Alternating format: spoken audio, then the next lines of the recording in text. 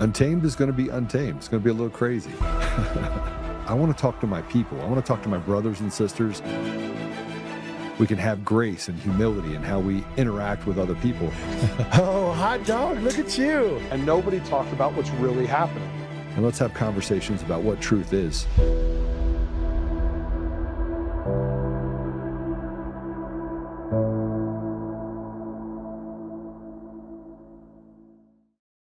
So Leader Schumer, this talk about election security has revived discussions of the SAVE Act, which you have said you oppose. Proponents of it say that it's, to have ID, you have to prove U.S. citizenship to be able to vote. Though some of the claims they make, to be clear, are overstated. We know there's not widespread election fraud. But polling does suggest, there's a new Pew Research poll, that 95% of Republicans, but also 71% of Democrats like this idea. So why do you not? It's Jim Crow 2.0. And I called it Jim Crow 2.0, and the right wing went nuts all over the internet. That's because they know it's true. What they're trying to do here is the same thing that was done in the South for decades to prevent people of color from voting. For instance, if you change, you're a woman who got married and changed your last name, you won't be able to show ID and you'll be discriminated against. If you can't find a birth certificate or a proper ID, you'll be discriminated against. This is vicious and nasty. And I said to our Republican colleagues, it will not pass the Senate. You will not get a single Democratic vote in the Senate. We're not reviving Jim Crow all over the country. All right, more lies from Chuck Schumer. 71% of Democrats approve of it. 95% of Republicans. It's supposed to be of, for, and by the people. And yet he wants to be the arbiter of reality. He wants to tell us that it's Jim Crow 2.0. It's Jim Crow 2.0 to keep illegals from voting in our elections and affecting where U.S. tax dollars go. It's Jim Crow 2.0 to say that we want to have free and fair elections. And by the way, the SAVE Act doesn't go far enough. And if we don't get rid of machines and mail-in ballots, it's not going to make much of a difference. We know about the machines, we know about the mail-in ballots, we know about all the mechanisms that they have to steal elections. MS Now says that doesn't exist. They're a bunch of liars. And I think we're closer now than we've ever been to a civil war, because people are like, I just won't vote. I'm not going to do it anymore, but I'm not giving up my rights anymore either. I want to take you to a throwback clip from 2012 when Barack Obama was asked to show his ID to vote. Play it. He needs an ID. Oh, you bet you're right. Hold on. I got my driver's license. Here you go. So how far have we really fallen? How far we have fallen when Kabuki Theater is what runs everything? That it's not of, for, and by the people. It's a group of old white people that frankly are past their prime. They should retire, move on. 30, 35 years they serve while the country just falls into complete disrepair. These are all people that were selected, not elected. And as we indoctrinate children and do things to harm our communities, these are the people that tell us, hey, shut up, sit down, slave. We know what's best.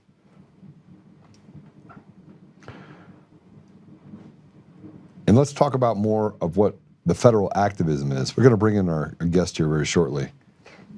But a federal judge, the executive order was made by Biden and it expired. So there was a executive order was made by Biden that was set to expire. And this was so that you had temporary protected status of 350,000 Haitians in the United States. Again, more on the doles and more on the backs of the American people, the slaves that get told what to do, that have to, kind of figure out the new suck. But that judge decided to step in and say, no, you don't get to let that executive order expire. Laws don't make a difference anymore. Play it.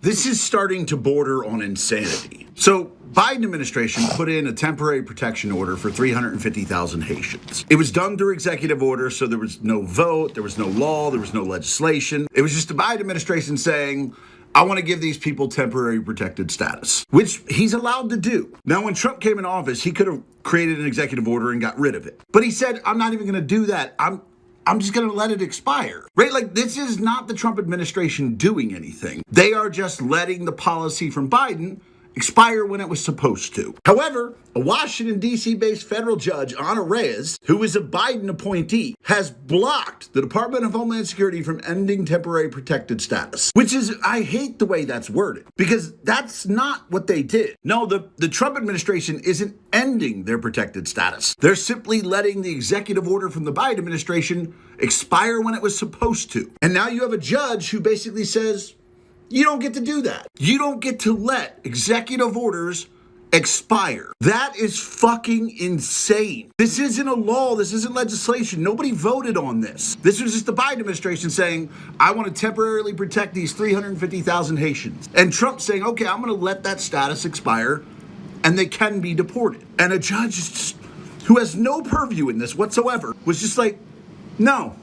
I'm going to set immigration legislation. I'm going to set policy. She doesn't get to do that.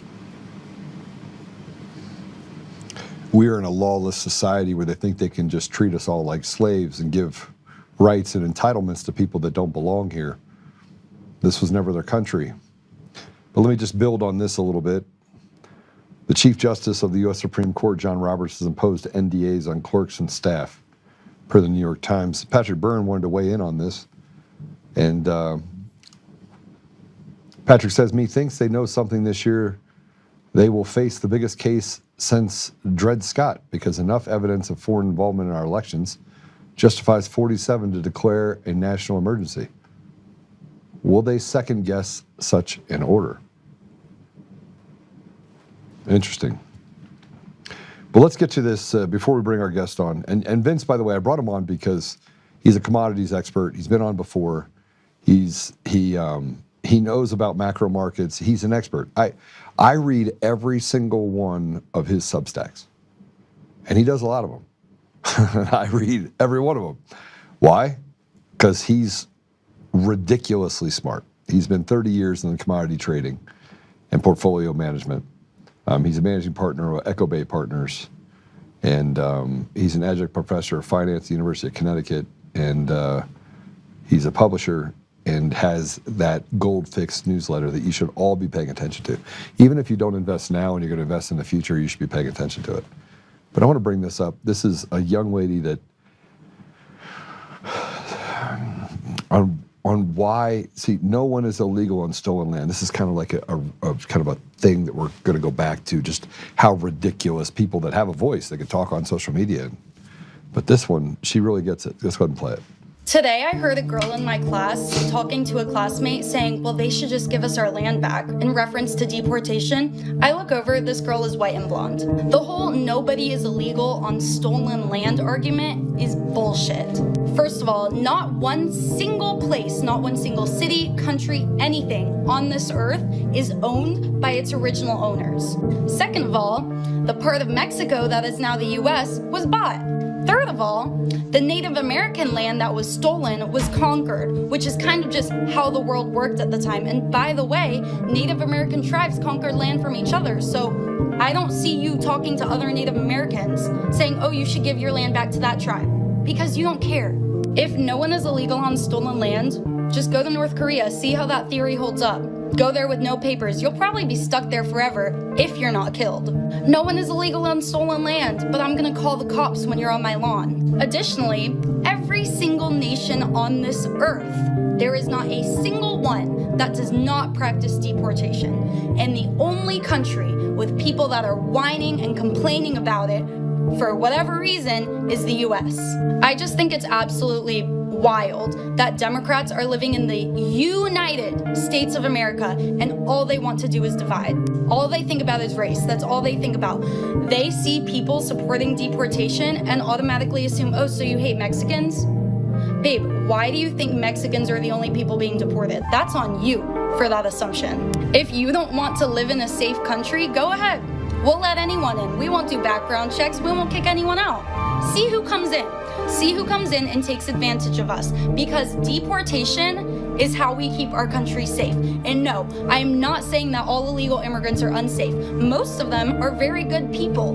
But what I am saying is you cannot just let hundreds of thousands of people into this country without any background checks, any vetting, anything. You guys scream, oh, guns should be harder to get. And yeah, they should, but you don't think that it should be hard to get into the country. Make it make sense.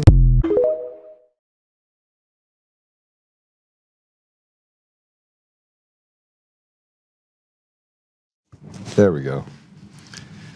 Well, make it make sense. This young lady actually gets it. But everyone wants to say that we're on stolen land. No, this is conquered land. And with that said, we're going to kind of pivot a little bit. We have Tommy with us today. We have Vince with us today.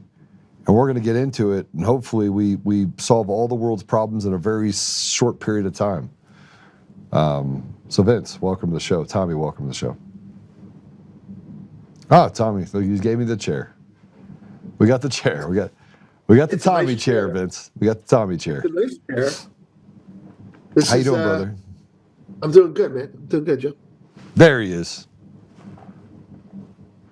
So look, I have lots of questions. I'm going to get right to it. The central bank continues aggressive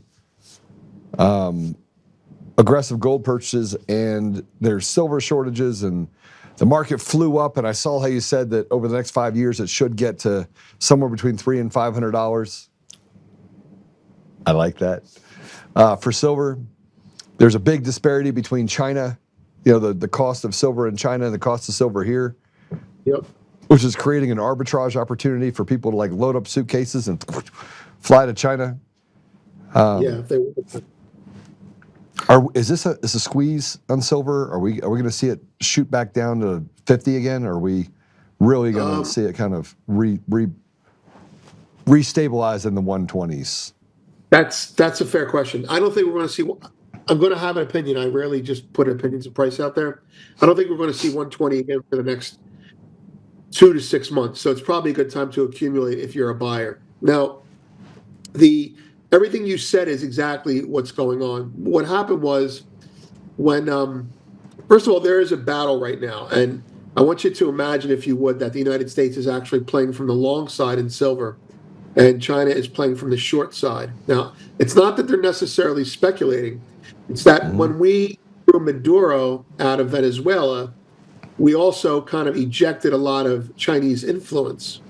And in doing that, we cut them off from their supply of cheap silver in Latin America. So Mexico, Peru, Colombia are all sellers of silver to China. But when the United States threw Maduro out around January 2nd or 3rd, around that time, there was a simultaneous pull. The United States bullion banks, JP Morgan, I believe, is the one that we're talking about here, started buying silver from Latin American countries and cutting out China. And when they did that, it seemed a little bit odd because we're not particularly bullish on silver as a country. But when you look at it against the backdrop, against the critical mineral idea, we need to accumulate critical minerals, and silver, although it's not one of the most important, is one of the, it's on the critical minerals list. And so JP Morgan started, and other banks, to my knowledge, started pulling silver in from Latin America. And the reason that messed with China, and this is a war, this is, for lack of a better word, a metals war. The reason it messed with China is because China owns the silver solar panel business. They own the whole vertical. 85% of the world's solar panels are approximately 85% are made by China. Now, I can tell you this, 85% of all the solar panels sold in Europe are Chinese. The other 15%, I believe, are Indian. But the thing is, you need a shit ton of silver to make solar panels. And China, with these contracts to make solar panels, with a shortage of silver, kind of started to panic. And it stopped at $74, $75. And then it just kind of exploded, which is what you noticed. 75 to 120 is where the market just went, ape shit. And then from there, kind of hovered for a couple days, a couple weeks, and now it's backed off. Now, my understanding is, from reliable information, is that the Chinese industrials who needed silver for their solar panels panicked and bought. And after they panicked and bought, a mysterious, reclusive billionaire named Bian Jiaming began to short the market. So you have this Chinese billionaire who's basically backed by the federal government shorting silver. Now, the reason am I saying too much, or are you with me so far? Yeah. I'm following you fully, and I'm getting an education here, so I'm actually taking notes, and everybody else should take notes too. So this is how I study things, and so I do a podcast. I bring Vince on because I want more information. He gives it to me. Well, this is kind of like a soap opera now. All right, So here we go.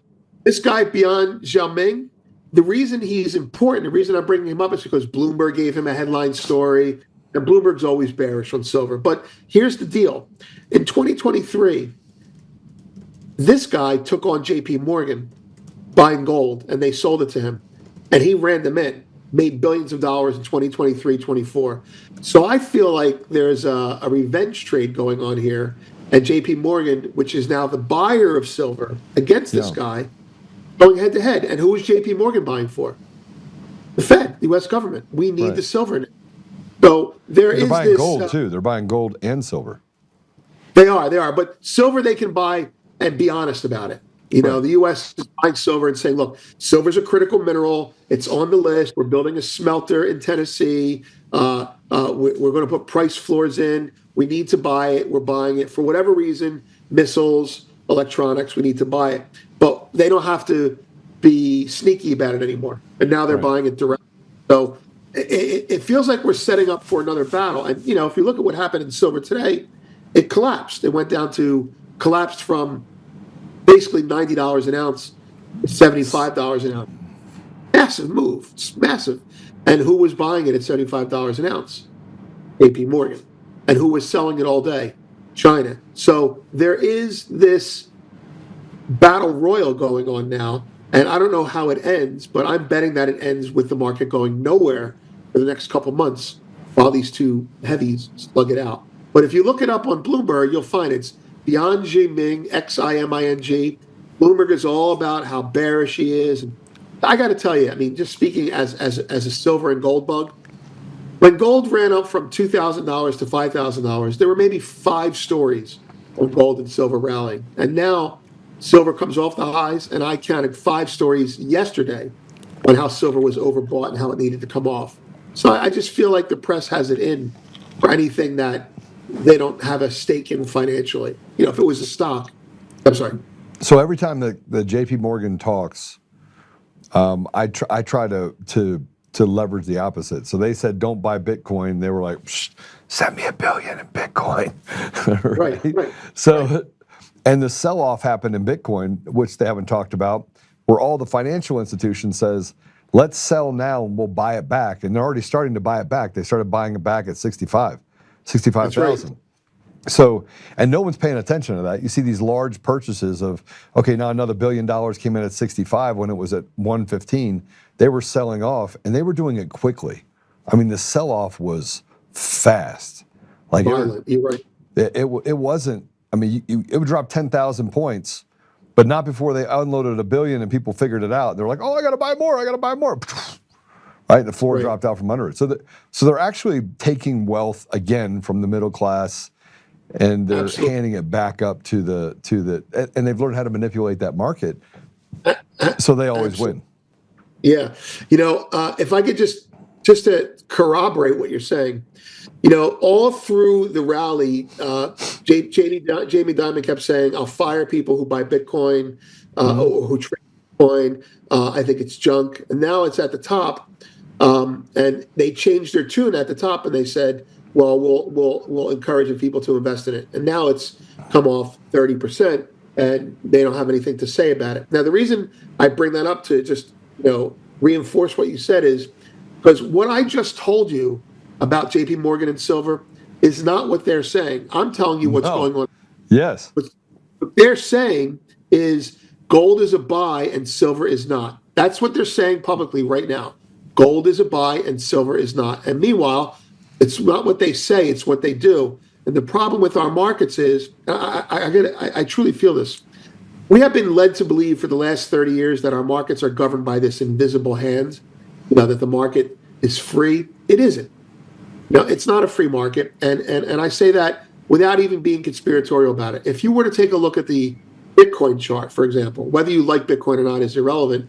The way that the market is being taken down is a takedown from what's called a market maker algorithm. They're selling it very loudly and very obnoxiously, as you're saying, and then they're buying it very stealthily. So anybody who has any kind of leverage at all for their position is getting stopped out while the government or someone else is accumulating Bitcoin. Same thing with silver. That's what happened on the way up, and it's happening on the way down. Volatility is the enemy of the middle class. And when they need to get something from you, they'll throw a little volatility into the market to make it happen. So I agree with you. The markets are not free. The invisible hand is now a visible fist.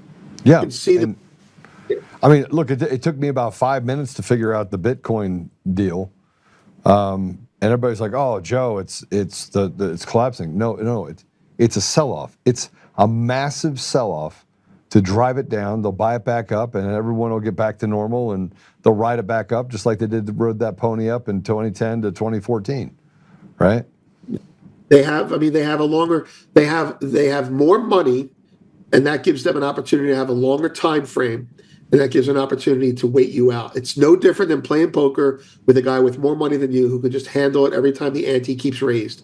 The blinds go up, the blinds go up. The guy with the most money just laughs and watches you fold because you're running out of money. And that's what's happened. It's happening again. Absolutely. Yeah. And we get caught in the emotion of it. They're not caught in any emotion of it because they have nothing to lose. They're playing with your money. It's house money, right? That's right. That's right. I mean, not to mention that I almost feel like, when you look at CNBC or anywhere else you look and you see the market on the screen, that's kind of like the enemy. It reminds you of where the price is. And because you can panic, they let you panic. And whereas a stacker or someone who owns it doesn't have to worry about the price because he's not going to pick up his coin and call up and sell it just because the market's down a little bit. I think financialization and leverage go hand in hand, and those two things have conspired against people with less than affluent means to survive in this environment. I guess in English, the Fed uses interest rates to make people lose money. And the people who lose money are the middle class. 1,000%.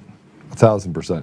It's a redistribution of wealth using just another mechanism in order to suck more off the teat and hand it over to other people. So, and it's a very sinister way to look at things, but it's true. I mean, how do you can see it, right? Doesn't take a rocket scientist to see it.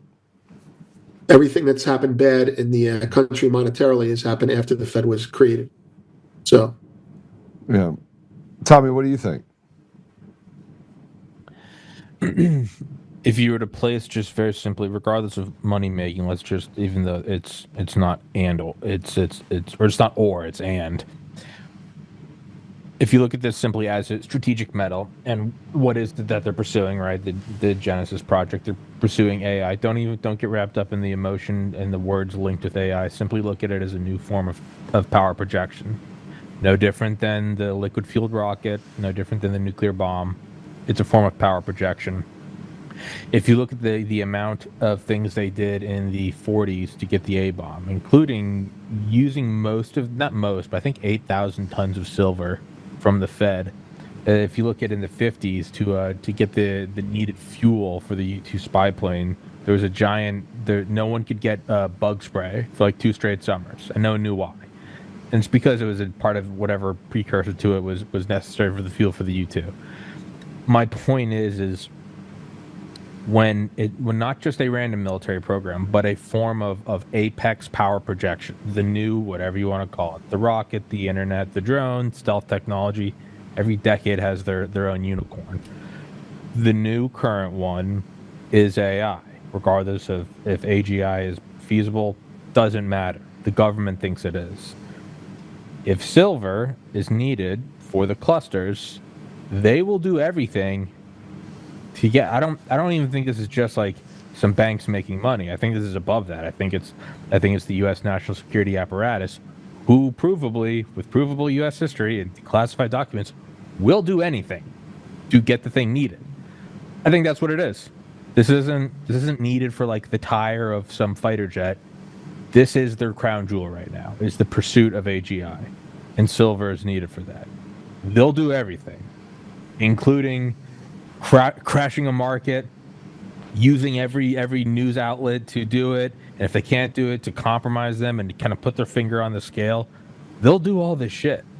It's out there. You can read about it decade after decade after decade of when this stuff happened, when we needed to do it, and the lengths that they'll go to do it. And I'm not even saying in a vacuum that they're wrong. I think that's what it is. They'll do anything. They'll do anything to get this. If this is in, and it's not that it's silver. It could be cobalt. It could be iridium. It could be dandelions. It doesn't matter. It is a tool. It is a piece. It's a puzzle piece that's needed for what they believe to be a weapon of power projection on a global hegemonic scale. So yeah, they're going to do everything. Why wouldn't they? So that's what I think. Vince? Yeah, I mean, Tommy and I talked about this last month. The government's going to do what it has to do to stay in power, right? Powerful people want to stay in power. And what's the term you used? Apex projection? Apex right, power Tom? projection, global hegemony, the top of the top. Right. I mean, look, when we built the A-bomb, we needed to use all of that silver, and we had to use that silver because we didn't want to let them know that we were building it, because the other metal we could have used was copper. And if we had used copper, we would have depleted our bullets, and we would have projected weakness. We would have projected apex weakness, So that's not what you want. Now, to add to what you're talking about, tying into the nuclear thing, we just announced that we're building a smelter for precious metals, a precious metal smelter in Tennessee. When's the last time that's been done, Vince? 50 years ago. We haven't built one in 50 years, right? Right? Tennessee is where we did a lot of the electricity production for the A-bomb, Oak Ridge, Tennessee. Wait, Tommy, hold on. Before you're going to finish this. No, you're going to finish this sentence because you're right. Oak Ridge is in Tennessee, and Oak Ridge is where they built the magnets to build the bomb. Right. And Tennessee is where all the uranium comes into the country. So something's going on. I don't know why, but. And another thing is, I think they used 8,000 metric tons of silver. And not only did they do that, they also went to the Treasury. I think they asked the Treasury, they're like, we need it in metric tons. And the real friction, they had like a handwritten note from FDR that's essentially like, hey, give them the fucking silver. And the big problem was the Fed was like, we only measure in troy ounces. And they're like, give us 8,000 metric tons. And they're like, what is that in troy ounces? That was the hiccup, was like they only did. But the point is not only did they do it, but it was entirely off the books. They didn't want any receipt of this. No one was supposed to know. And when they returned it, and this is in Garrett Graff's new book, The Devil Reached Towards the Sky, they returned, I think, to within 1/1000th of an ounce. They returned every bit of it. My point is they didn't borrow a couple. They borrowed 8,000 metric tons with no receipts, got it, and gave it all back. And I think you can actually buy some of it. But they were like, this isn't. None of this is like conspiracy. This is provable. You can go to the museums. I think you can buy some of the silver that was used in the enrichment process. So my point is like, yeah, we would do it. We would absolutely do it. Why wouldn't they? And this isn't even an argument for or against it. This is simply a rational observation of what have they done in the past to do this stuff. It is included. Like, yeah, why wouldn't they? This is the least shady thing they've ever done for a military project. Is like, let's drive the price of silver down. All right. That's like, it's the most Boy Scout thing they've ever done. Normally it's like carpet bombing and like strip mining whole villages. This is like, yeah, this is the nicest thing they've ever done for a weapons program. Right. And the banks are just proxies. They're just doing the work. That's all. As it was for the A-bomb as well as the hydrogen bomb, which doesn't get talked about a lot, but this program was 10 times larger, then the A-bomb. It was the crash program in 1952. The top 10 corporations involved with, the market cap of the hydrogen bomb program was larger than the top 10 corporations in the United States combined, their market cap. All these things are used for proxies. This is how they do this stuff. It's not, this isn't woo-woo. This isn't you're out there. This is again, I keep saying it, provable U.S. history. You don't even have to go digging. You can go, you turn on the History Channel, you'll probably just by chance alone find a documentary on this in the next 3 days. This is what they do. And I don't even necessarily think they're wrong, but that's not the point we're arguing. This is what they do. This is how they do it. Why wouldn't they? You'd be retarded if you did. And if it hurts China, all the better. Oh yeah, that's a plus. That's a. So I mean, can we get to the? Is there a competition? I mean, look, I know there's a healthy competition between countries to do better than the other, right? But we have a domestic issue. We want to say that China is our problem. We have a domestic traitor issue in our own country. They're betraying us. They're literally doing the work as a proxy for China and other countries to degrade and destroy our country. And so, yeah, I'm all about making sure we put a little pop on China. But damn it, we literally are in a country where we don't have to go to China to get screwed. We can get screwed right here in the United States, like right here. Boom. Am I wrong? No, it does sort of, it does. Everything I'm talking about. Vince is like, I don't want to talk about it. No, we're talking about. No. My volume was jumping all over the place. I was trying to fix it. I'm watching. I'm listening. No, I mean, we're talking about, power projection against other nation states, primarily, I would imagine Russia, China, to a degree, India. Yeah. Yeah. It's like that's all well and good and important. Yeah, but what you're saying is like, hey man, like the backyard's on fire. I don't know how correlated to silver that in terms of national security, it absolutely is. I think I said the last time I was on here with Patrick. Yeah, no, I think Trump should have started bombing Minneapolis a couple weeks ago, but that's my opinion. I mean, look, while you're at it, why don't we just take care of the fact that our legislatures and our judges are pretty much doing everything they can to destroy us from within. So, I mean, it doesn't. We keep looking over there saying it's all these people. No, it's not. It's people right in our own government that have betrayed the American people. I mean, they treat us like serfs and slaves and take everything from us while kicking us in the face and telling us to sit down. Yeah. I just don't. I'm just not. Maybe I'm an apologist for China. I feel like I don't want to be. No, I don't think so. I think. I'm sorry. No, I think we've been, just from the economic side, we've unnecessarily, or maybe at one point we did need to let our industry go overseas, but at one point, we made a decision to willfully abdicate our responsibility of being an industrial nation.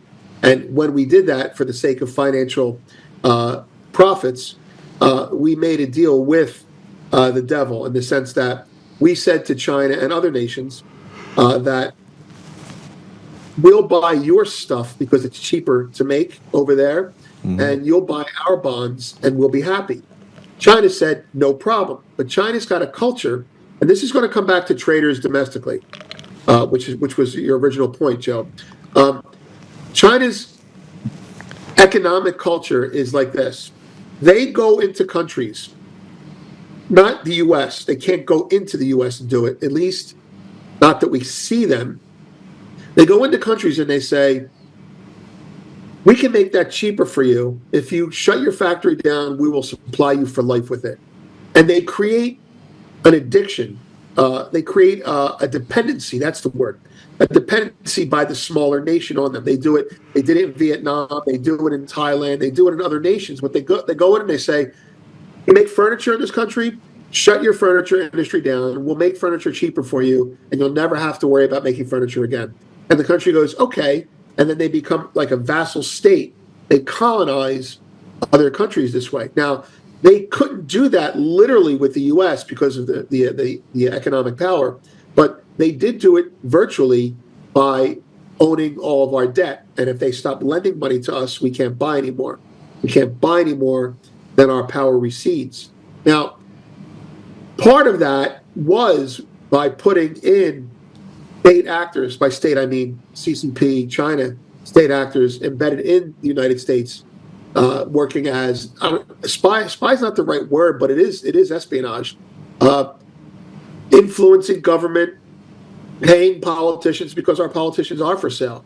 So if our politicians are for sale and a company can pay them $50,000 every 6 months to do something for them, well then all China has to do is pay them $75,000 and they'll get them to do it for them. And so China has been definitely influencing, and Russia as well, and other countries as well, but China has definitely been influencing our governmental policies for the last 30 or 40 years. Like, I'll give you an example. You were speaking about Bitcoin earlier.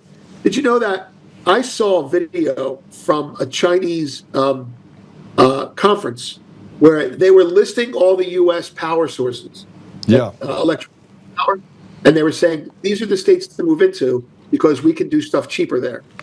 And this is when they were mining Bitcoin on our power here. So they know our society better than we know theirs. Let's put it that way. And so they can operate freely here with complete impunity. You cannot operate freely in China. They'll snatch you up like a I mean, if you're tolerant of everything, it will be your demise. You have to be tolerant of intolerance. Otherwise, you have to be intolerant of intolerance. If you're not, you're dead. It's what's happened in England. In England, Salafi and Wahhabis have moved in and have imposed their law because it's permitted. If you, again, like that girl that you had on the video, if you let everyone in, then anyone will come in, and those people will take advantage of the things that you promised them. It's a line we have to walk, but we're not walking it anymore. We're way over on one side. So that's my take. All right, where do you think we go from here on silver? Where do you think where we're doing? What do you think that? I mean, and I'm not just talking about silver. We're heading into an election cycle. The stock market is not being very kind. It's been pretty much up and down. You know, tech stocks are getting hammered right now. Tesla just announced that they're getting rid of the Model S and the Model X. Model S, yeah.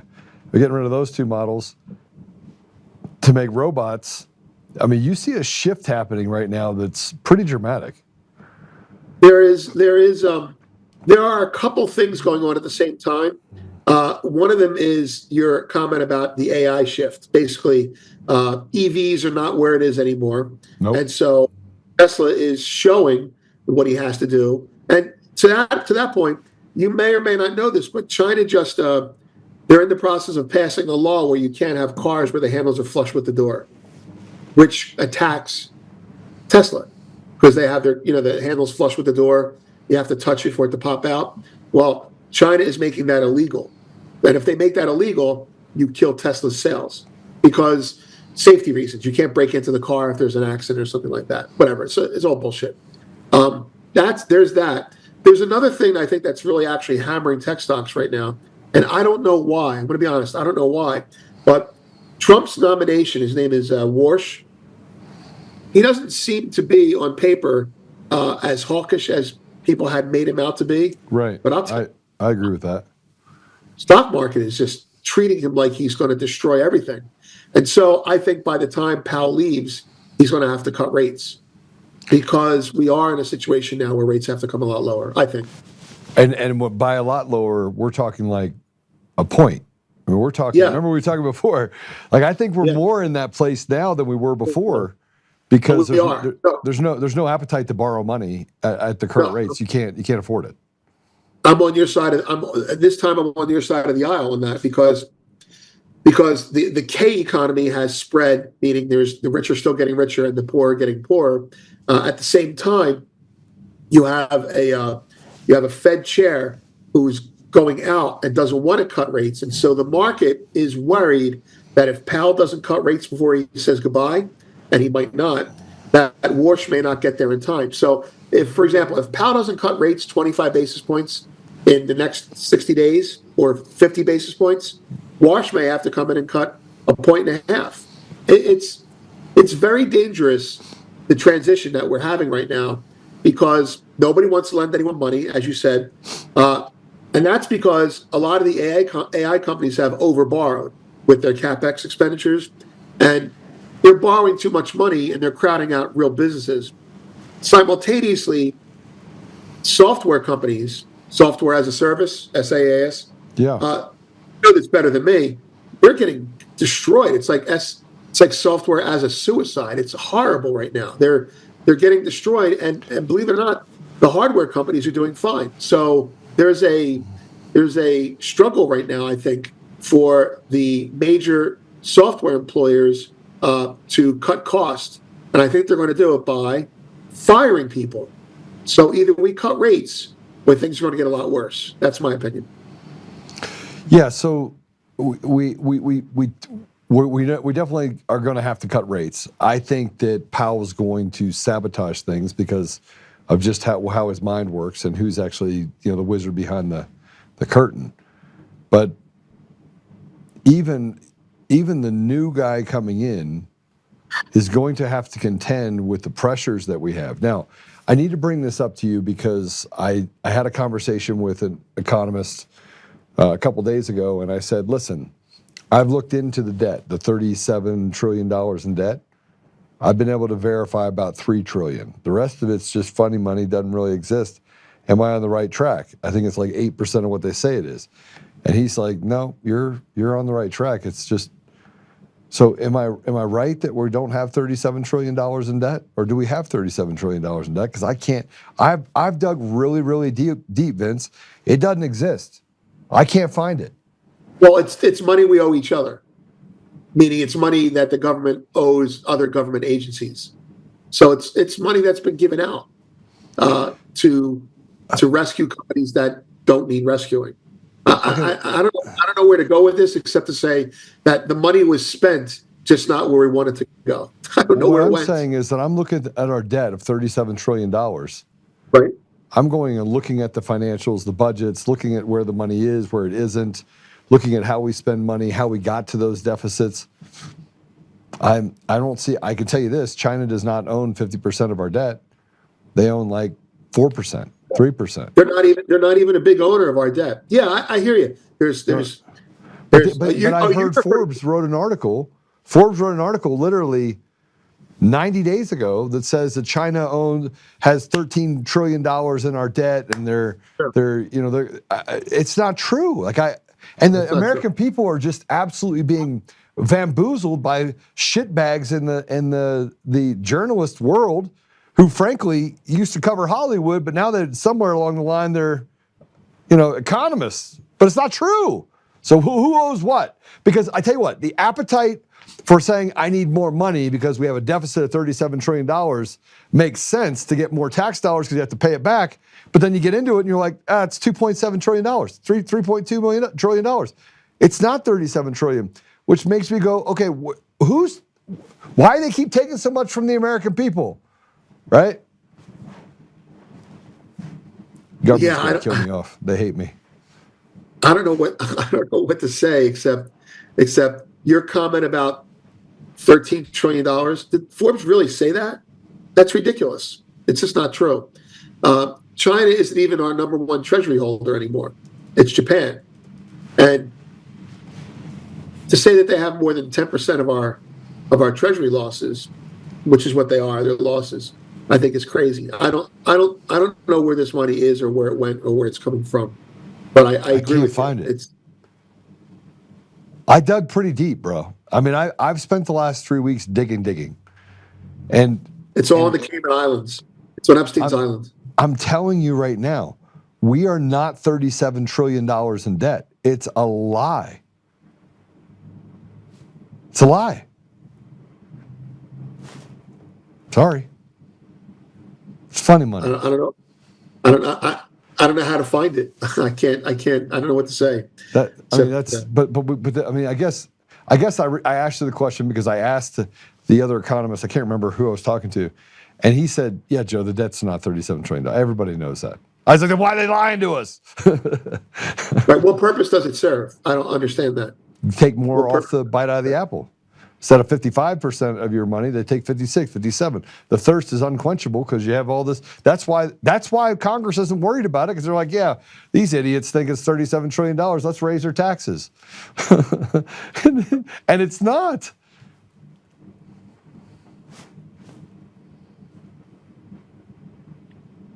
Why wouldn't they lie about it? Not that, regardless of the reasoning behind it, just as a premise. Why wouldn't they lie about X? Yeah, I know. I lied about it. Like, that's again kind of how I look at it. Like, if they've lied about why would they not lie? If it serves a purpose, be it to bang over the middle class more for taxes, to tell them why we can't spend as much on services, right? Because allegedly we spend more servicing the interest on the debt than we do the DoD. If it's a way to, I don't know, feign weakness to other countries for whatever reason that would be. If there is a genuine benefit in their mind to them, why wouldn't they do it? I mean, again, like why? Again, it's like they'll blow Kennedy's head off. Like, yeah, they'll also fib about how much the tab is. That's again kind of how I look. Why wouldn't they lie about it? If it was in their nature, or not their nature. If it was in their interest, why wouldn't they? Again, it's like, grow up. Like, why wouldn't they? Yeah, I mean, again, I just asked the question because, nobody ever digs in, right? And so I was like, all right, let's go dig. And then I dig, and I was like, this is bullshit. We have a debt calculator that's $38 trillion, and I go dig into it, and they're like, no, it's not. And I went back 15 years, so maybe I'm a retard. Maybe I just don't know what I'm doing. Maybe math is not math anymore. Common Core says we have to round up from 2 trillion to 37 or 38 trillion. Make it make sense. It sounds right. It's also not something you necessarily be. Your first instinct wouldn't be to question that, right? Your first instinct would be, if they're lying about it, they're making it not seem as bad, right? Because that would be your first. Be like, they said it's 37, it's probably 57. That's kind of our first knee-jerk reaction, to be like, they're probably covering up. I mean, if they are doing it, you gotta tip your hat. It's not a lie I would expect out of them. Just being totally honest, I would imagine that they'd be saying it's only 37 if it was actually 107. Yeah, as far as lies go, it's pretty sly. Who knows? I certainly don't. So 3 years, we'll be at 300.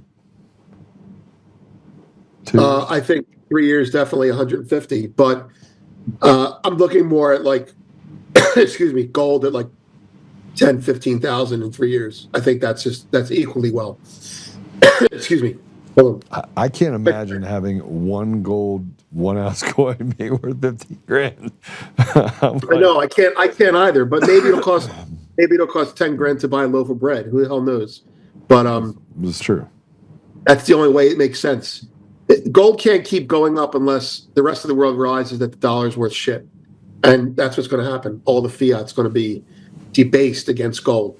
But it's being debased against a debt load too, because keep in mind that's a part of the equation. Right. That's exactly it. That's what banks are doing right now. Like central banks, governments, they're all buying gold. And nobody's asking what they're buying gold with.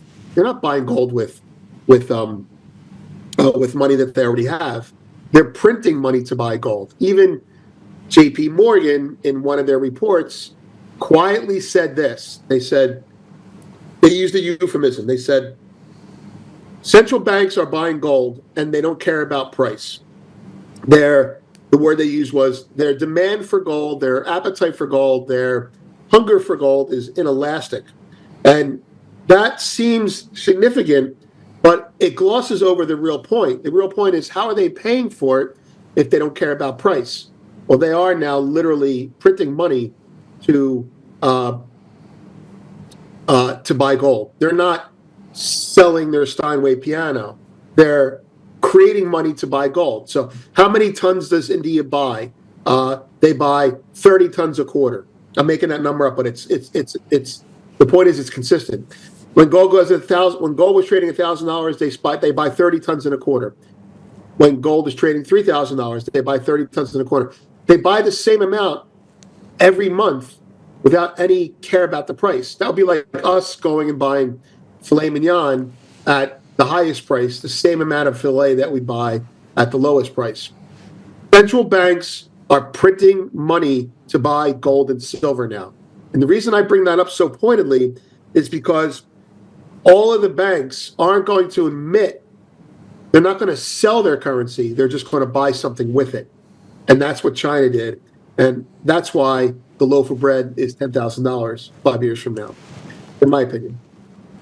Or let's put it this way. The grains that you make the loaf of bread with, it's going to be like $5,000. So that's it. Central banks are admitting that there's too much money out there, and they're cheating as we speak. They're printing. Your point about the debt, $37 trillion. Well, where's that debt? I don't know. Where's all the money that governments print? What have they bought with it? They're buying gold with it now. At least the other countries are. Yeah, I mean that's the scary part, because then you see this break with BRICS, and I know that I'm kind of jumping around a little bit, but to depeg from the dollar, get back to a gold standard, institute like a second parallel track of economies. You have some of the biggest economies in the world with Russia and China and Brazil and India that are all kind of banding together. You have other nations that are saying, I want to be a part of BRICS. And the United States is actually not becoming the darling of anybody's world, while we're lying to our own people about our debt load, and which also we're lying to the rest of the world about what our debt load is. So it makes us look like we're devalued. It's almost like we're trying to, it's a self-fulfilling prophecy to basically destroy the country. It's really 4D chess. I mean, to Tommy's point, why would you say that your debt is worse than it is? But the flip side of that is, why would they ever tell the truth? Because when you tell the truth, you give up control. And the last thing they want is control. It's not like 4D chess. It's like 25D chess. Because then you're screwing the people that you're actually taking money from, and they're using it for whatever they want, while just creating more of an institutional enslavement environment for the United States. Maybe it's just me. It's not you, it's me. It's not you, it's me. Well, okay, Vince, thanks for joining us. I do appreciate it. I appreciate your input. It's always great to have you on. Keep writing and giving me ideas of what I can not invest in and what I can invest in. Don't invest in anything. Don't invest in anything you don't hold right now, it seems. Yeah, I mean, especially right now, you just got to kind of close your eyes when you actually buy stocks and be like, all right, we're going to just get through this. I know. Thanks for having me on, Joe. I really appreciate it. Tommy, good to see you again. It's always good to see you. And how can people follow you, even though I already know? Goldfix. You can follow me on Goldfix. That's VBL, Victor Boy Larry Goldfix, on Substack, so goldfix.com. Or you can find me on Twitter, X, I should say, at Soren the K or VBL's Ghost. I have 2 accounts there. There it is. Thank you very much for showing that. All right. Have a great day. Thank you for having me. All right. God bless you, brother. Vince is one of my favorites. It's hard not to have him as a favorite, though. He's just ridiculously smart. And if you don't subscribe to his Substack, I'm telling you right now, you need to subscribe to his Substack. We're going to take a commercial break. When we come back, we're going to uncover some more election fraud. You in for that, Tommy? Yes, sir. All right, let's jump on it. Let's take a break. We'll be right back.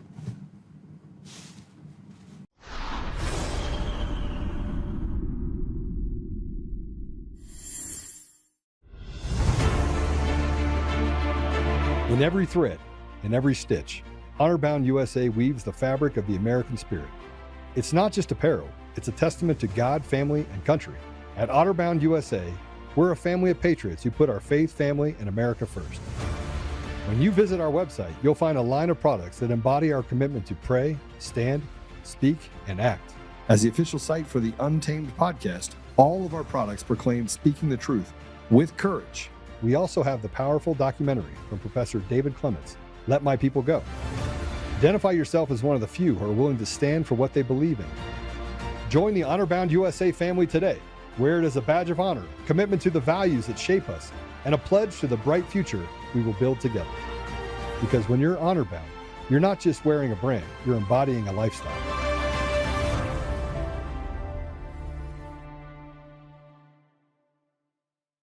Hi, I'm Joe, Supreme Leader of DCF Guns. What is DCF Guns, you ask?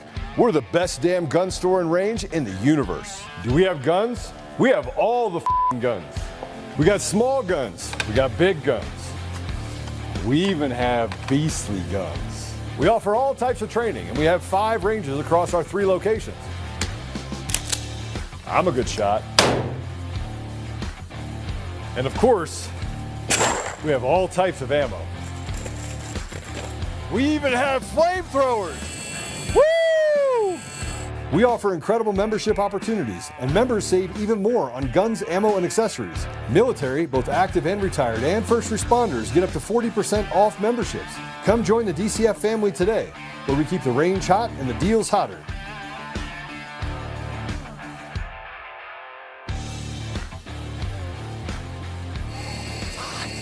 It's hot.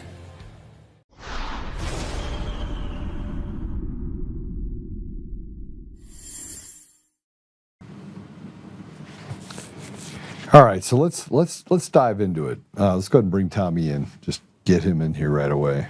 Out of his chair. Okay.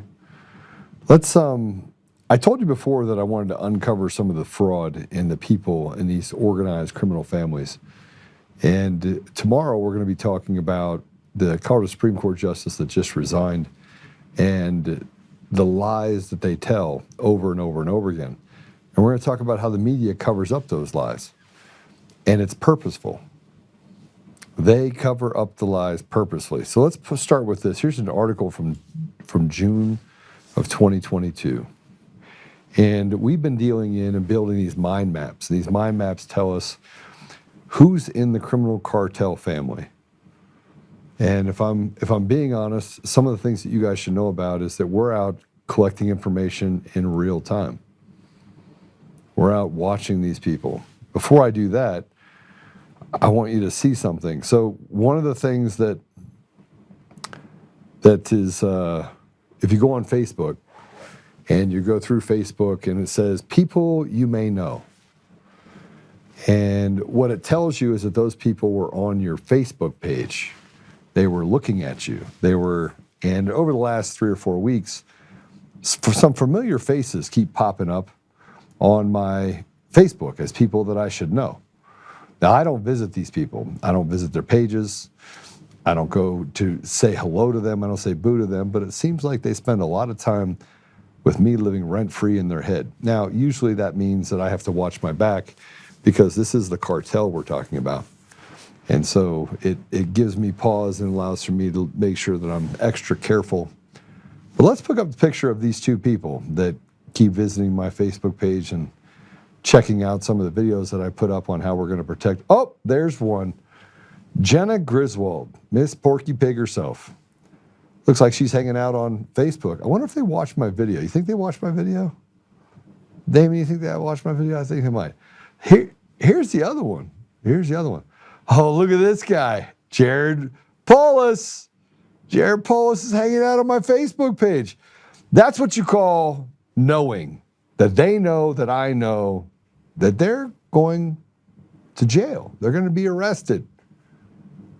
What are they worried about? I'm going to tell you what they're worried about. They're worried about the story we're going to do tomorrow on a Supreme Court justice who was drunk, ran and did over $100,000 in damage, didn't show up for court,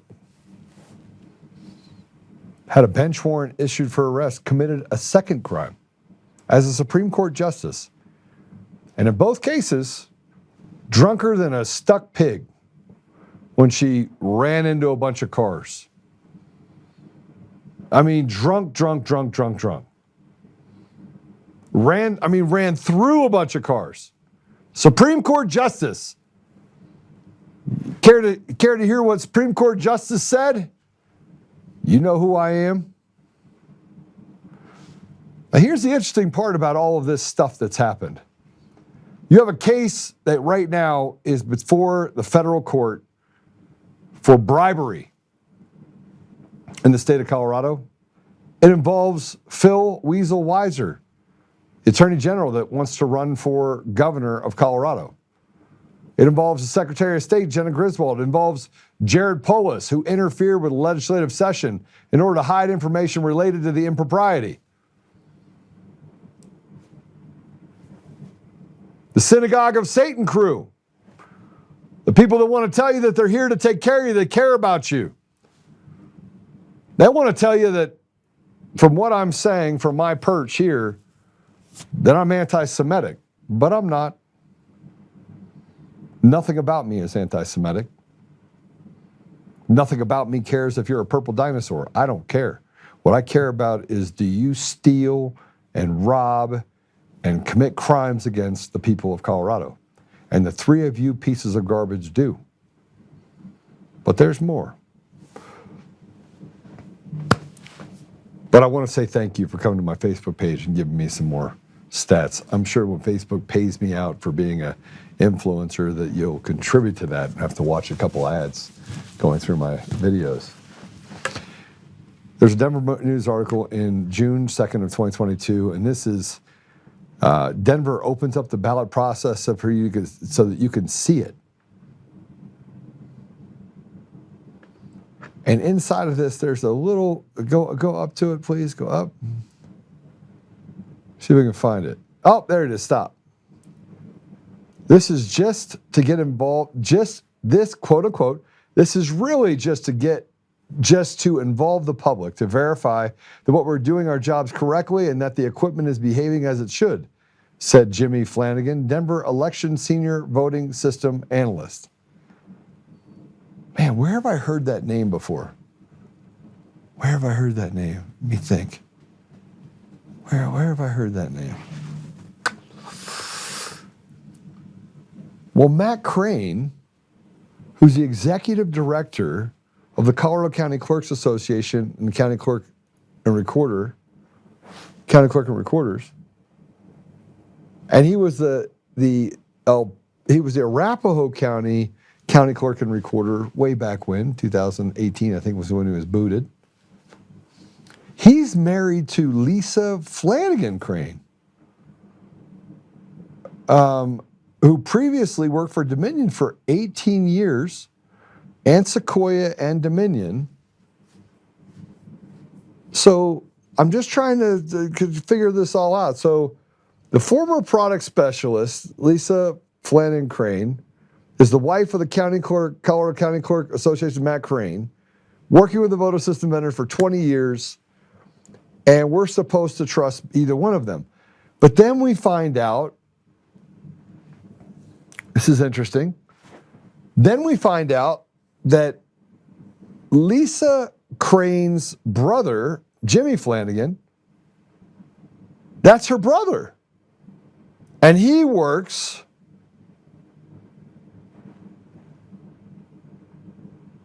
as the Denver County election official.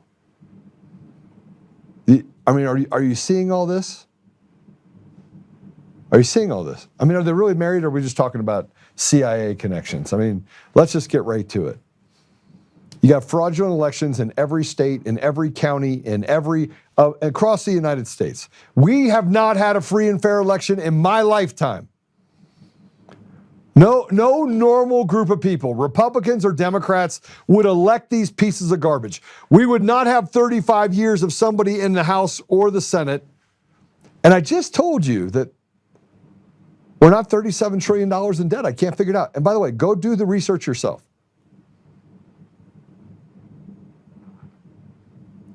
It's a criminal cartel. It's a family cartel. Do we have Tommy back? Sure. Tommy, what do you think of that? What do you think of brother, sister? She works and actually does the machines, and it's all in Denver. And then Matt is the county clerk and recorder, and then he's trying to do some stuff over here, and then he goes to work for the County Clerks Association, and he attacks Tina Peters and tells us how safe and secure the elections are. Whole family. Back to the silver thing, if you had something as valuable as controlling the people in office, yeah, you would throw any and every asset you had. Why wouldn't they? Why? Seems to be a pretty why to control who gets into office, to see who controls the coffers of a multi-trillion-dollar budget every year. It's a big business, isn't it? Yeah. And we just talked about the fact that they have every reason why they would lie to us about a $37 trillion debt. Yeah. And I don't think anybody just sat down and was like, let's look into it. What's our debt really? I'll be honest. Although I'm completely sold now on the logic of why they would lie, I'll be totally honest. I've never thought about it until 60 minutes ago when you brought it up. I didn't either. I'm a conspiracy guy. It's never even crossed my mind as a reasoning. But now that you say it, like, yeah, why wouldn't they? Please tell me. I mean, somebody tell me. Somebody give me some logic. Tell me why we would make it fraudulent, a $37 trillion fraudulent debt. Tell me why the banks get to borrow money at 1% and we have to pay 6%. Tell me why the Fed lowered rates by 75 basis points and interest rates came down 0.15%. Tell me why they can actually control the price of Bitcoin and go in and buy billions and billions of dollars while telling you not to do it. And then when they finally open up and tell you to do it, it's because they're making almost $1 trillion on the transaction. Tell me how they can sell off their stuff, bring it down by 50% from its high, and then tell you that, oh yeah, you know, Bitcoin is just, it's a natural cycle for Bitcoin. It'll go back up. Tell me. I'm asking the question. How do you have an entire crime family that gets away with what they've gotten away with? From my kind of knee-jerk first take, it would be, and I've thought about this a lot, why is it more and more apparent? I mean, fraud, crime, cartels, cabals, none of this stuff is new. It's not new in the United States, let alone human history. Why is it so egregious now? I'd say that there's, in my limited experience, in my limited, hypothesis capabilities, I would say that I think it was Tammany Hall said that he believed in an honest grift. So even back then, there was this idea of like, you can shear the sheep many times, but you can skin it once. It was like, hey, don't cook, don't kill it. We gotta, fill your pockets, line your wallet, but like, hey, don't be an idiot. Don't kill this thing. And even then, it wasn't out of, ethics or morals. The very fact that they're doing a grift negates that. But it was a general, rational, sober take of like, hey, we're skimming a little off the top of the gravy train. Don't fuck up the train tracks to where the gravy train stops. So why is it happening now? My two hypotheses would be, number one, and I think Occam's razor would dictate this is probably correct, is it's just rotted through.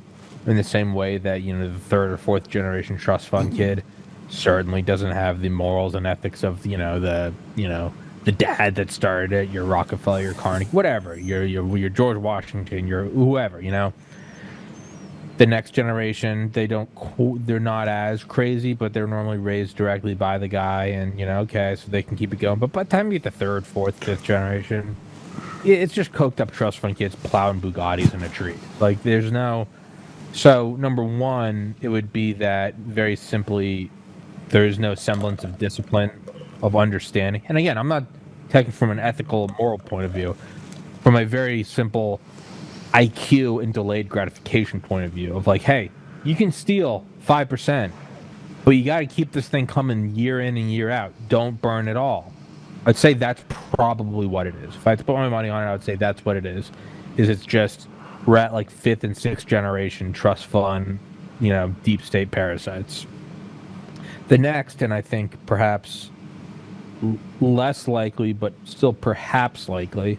And by the way, the first explanation also ties in and explains, the rise and fall of empire. Those aren't independent. Less likely, but I think still on the table, is that they, quote unquote, and this then moves beyond the United States to the elite, the parasitic class of all the world's nations, but particularly the strong, China, India, Russia, United States, UK, is that all of human history is the rise and fall of empires, and it's always right. One end, next comes. There might be a feeling that this isn't the normal rise and fall of empire, that this is the rise and fall of man. And by that I mean, be it a solar flare, be it pole shifting, be it asteroids, be it aliens, be it runaway AI, be it, you know, the next 10 pandemics, there seems to be a feeling of grab everything. You know, there goes stealthy riding, and then you see the looting, right? Where it doesn't matter, cover your face, grab as much shit as you can and run. It's not principled. It's the game's over type of thing, and it's ultimately flawed, because if this hypothesis is true, that you're at the end of the ends, well, then it doesn't really matter what you grab. You can grab all the gold bars you want. If there is something really happening, an asteroid, a pole shift, a 20 on the Richter scale earthquake, then it doesn't matter. The only reason I think that's possible is simply because we are in uncharted territories with AI. I think more than likely it's the first explanation. What we're seeing is the rotting through of the empire. We've never reached the fourth turning before with Instagram and Twitter. We've never had a real-time view. What's that meme? It's crazy to see the fall of Rome with Wi-Fi. Yeah, I would agree with that. Yeah, so it's one of the. I would say the first one. It's probably that. It's the rotting through. Anytime an explanation is too fantastical, AI is taking over the world, I tend to look back and go, that just seems less likely. But I wouldn't say it's 0%. I'd say 90% chance is the first one, 10% chance is the latter. Sorry for that word vomit, but No. Look, the deeper I go into nearly everything, the more I come out the other side thinking, why do we do this? Why do we do this? Why do we do this? Why do we do this? Why do we do this? And, you know, when you're studying for a debate, because I have a debate coming up tomorrow at Douglas County Fairgrounds, and but as a part of that debate that I have coming up, I want to make sure I'm prepared. I want to make sure I understand some of the issues. I want to know about the gray wolves and the wolverines, and, you know, what are farmers facing? I'm asking farmers, you know, what is it that concerns you? Trying to get to a place where we start listening to our constituents, right? I mean, and ignoring the special interests and lobbyist groups. And, you know, how do we do all of that? How do I win this race? How do I walk down this path without catering to the haves and ignoring the have-nots? I mean, that's really it. I mean, how do I win this without doing the opposite, or how do I win this by doing the opposite of what they would expect me to do, right? And you know, I find that the more I go in and I start researching this, the worse it gets. Our debt's not $37 trillion. So is it really $800 million that we're underwater on our deficit in Colorado? We don't know. Because there's never been a comprehensive release of our financial statements where we can take a look at all those things. It doesn't exist, Tommy. It doesn't exist. They hide it behind this superfluous, you know, a budget meeting where they have a document that's one page long and says, here it is. We're over by $800 million in Colorado. So I'm really just at that point where I'm like, nothing seems right. And we still have machines and mail-in ballots. Again, I would say these are all symptoms of the first explanation. That, again, if you have a more measured, and I'm trying to use the term elite less because they're not elite, they're just parasites. If you had a more measured group like that, they also tend to button things up. If you have people that have the power to say we're only going to grift 5%, they also have the willpower to, hey, maybe the debt's $3 trillion, call it $5 trillion. And Alan Dulles wouldn't say, call it 37. He'd be like, what are you doing, you idiot? Yeah, I mean, look, this is where you get to the place where every year they just add $2 or $3 trillion more. Remember, the Pentagon failed their audit the last 8 times that they did an audit by trillions of dollars. Yeah, so to me, this says that it's, in a weird way, it's actually kind of optimistic. It's as Tim Dillon says, A students don't run the world. C students who are willing to kill somebody do. Oh yeah, and that's actually optimistic because you go, well, what if we get some A students who are willing to kill? I mean, you win. They're not smarter. They are not elite, as Russ Baker calls it. It's a mixture of ruthlessness and incompetence. Yeah. And it can appear very scary. But that's all it is it's ruthlessness. To the uninitiated, it can appear that they're a monolith. But the more you dig into it, like you're saying, you're starting to look at it, you're like, wait, what? They're blowing it so far. They're not doubling the debt. It's $3 trillion, but we'll call it 6. They're going, again, this is the undisciplined trust fund kid. They don't know how to run a racket. They're running it up 10x, 100x. You're gonna get capped. You're John Wick. You're gonna shoot the wrong guy. Look, if you the wrong guy's dog. If you look at it from the perspective, though, of trying to destroy the sovereignty of a nation, it makes perfect sense. Oh no, it's brilliant. You say that I'm robbing Social Security, so we can't afford to pay you, so we have to raise more money on that, and then we just slip that out the back door and use it for USAID while we're stealing resources from other countries. I mean, it makes perfect sense. I mean, heck yeah, bro, let's go. I mean, we took $19 trillion in oil from Venezuela. Does that mean that we're now running a surplus? You see what I mean? Yeah, but that's the kind of thing that makes me think that the numbers are bunk. They are bunk. And again, admittedly, I'd never thought about this until this show. But why wouldn't they lie about that? If they're lying about shit like COVID, where openly, grandmas are dying because we're not giving them vitamin D, and toddlers are dying because we're giving them an experimental vax, why wouldn't they lie about the numbers on a sheet? Well, It's in their benefit to know there's 5 more zeros. I didn't even look into it. I did not even look into it until I started doing research on Colorado's debt, $800 million in debt. And then I'm like, okay, so I need to understand how this works. I need to fundamentally look at what the mechanisms are that create this debt and create a balance sheet, right? And every state should have a balance sheet. The government should have a balance sheet. You should be able to look at balance sheets and P&L statements, and P&L works the same way on a country as it does on a business, because it is a business, right? You have revenue coming in and out, entitlements that go in and out, credit card bills that have to be paid. And I kept looking at it. I go, maybe I'm off. Maybe my numbers are off. And no, I got down to like $2.6 trillion that we have in total debt. I mean, that's if you take everything. That's even if you take the balance sheet and you have money that's sitting on your receivables and your payables. They just offset by, $3 trillion. Well, that can also be dealt with. Yeah, I mean, look, it's a lot, I don't know what the answer is, but I'm just telling you that there's definitely a discrepancy. Okay, let's get back to Matt Crane if we can, because here's something that we talk about. Tina Peters, talk about the elections, talk about what's happening in Colorado, and Matt Crane put up a post about Tina in December 31st, 2025. Let's put this up. True election integrity demands facts over fiction. Tina Peters' illegal breach found zero evidence of fraud and only exposed her profound ignorance of secure election systems. Convicted on 7 counts, 4 felonies, sentenced to 9 years. Holding her up as a hero is disgraceful and undermines election integrity. There's nothing conservative about it. Okay, all right. Let me just tell you, she was never found guilty of election security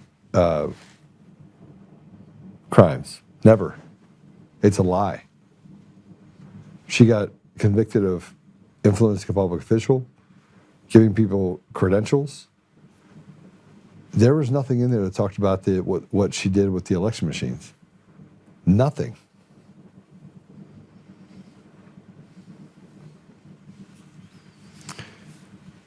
Tina uncovered election fraud. This piece of shit, Matt Crane, is trying to write a big old gaslit umbrella over it. His brother-in-law works at the Denver Election Commission. His wife works for Dominion. He's best buddies with Eric Coomer. The skinhead, racist, heroin addict, Satanist.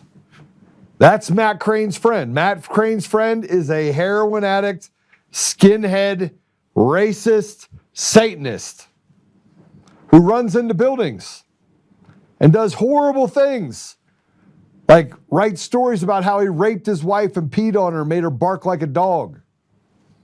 That's Eric Coomer. That's Matt Crane's good friend, who he says Wasn't involved in the election fraud. Didn't say, don't worry about it, Trump's not going to win. I made sure of it. No, he didn't do that. No. While he lied for 5 years only to finally tell us, oh yeah, I let all the engineers get access to the election systems in Colorado and around the country. I did that. But here's Jenna Griswold trying to tell the DOJ. See, the Fed system, state system, and these states are doing what they did way back 160 years ago. And they're telling the feds, you don't run our state. We've captured our state already. Now you get nothing. We're going to have to sign the Insurrection Act. But let's listen to this Miss Piggy, Jenna Griswold. The U.S. Department of Justice recently asked Colorado for unredacted voter roll records so it could review whether the state is complying with federal election law. Seems common sense. That request included information the government already handles every day. Names, dates of birth, addresses, driver's license numbers, and partial social security numbers. Well, Colorado Secretary of State Jenna Griswold refused.